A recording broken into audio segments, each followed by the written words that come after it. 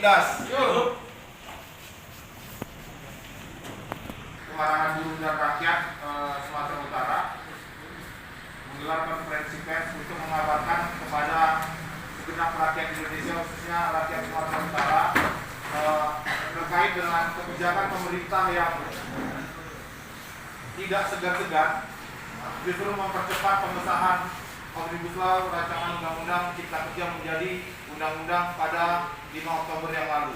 Bahwa bagi kami Akbar Sumut bahwa sikap pemerintah dan tindakan dari DPR RI ini adalah bentuk pengkhianatan terhadap cita-cita revolusi Republik Indonesia.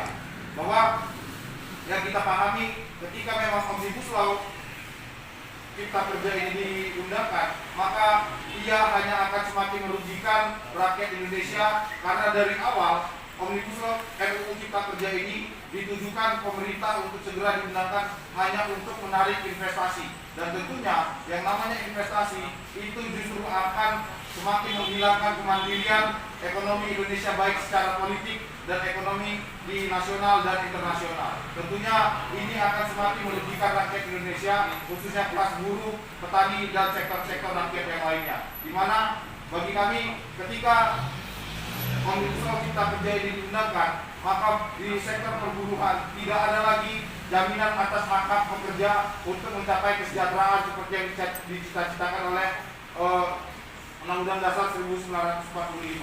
Bahwa bagi kami, ketika Omnibus Law RUU Cipta Kerja ini diundangkan, maka tidak ada lagi kedaulatan rakyat atas penguasaan terhadap tanah, yaitu akan semakin masifnya perampasan-perampasan tanah yang dilakukan oleh investor-investor, pengusaha-pengusaha melalui pemerintah dan aparat keamanan untuk semakin merampas tanah masyarakat adat dan tanah petani.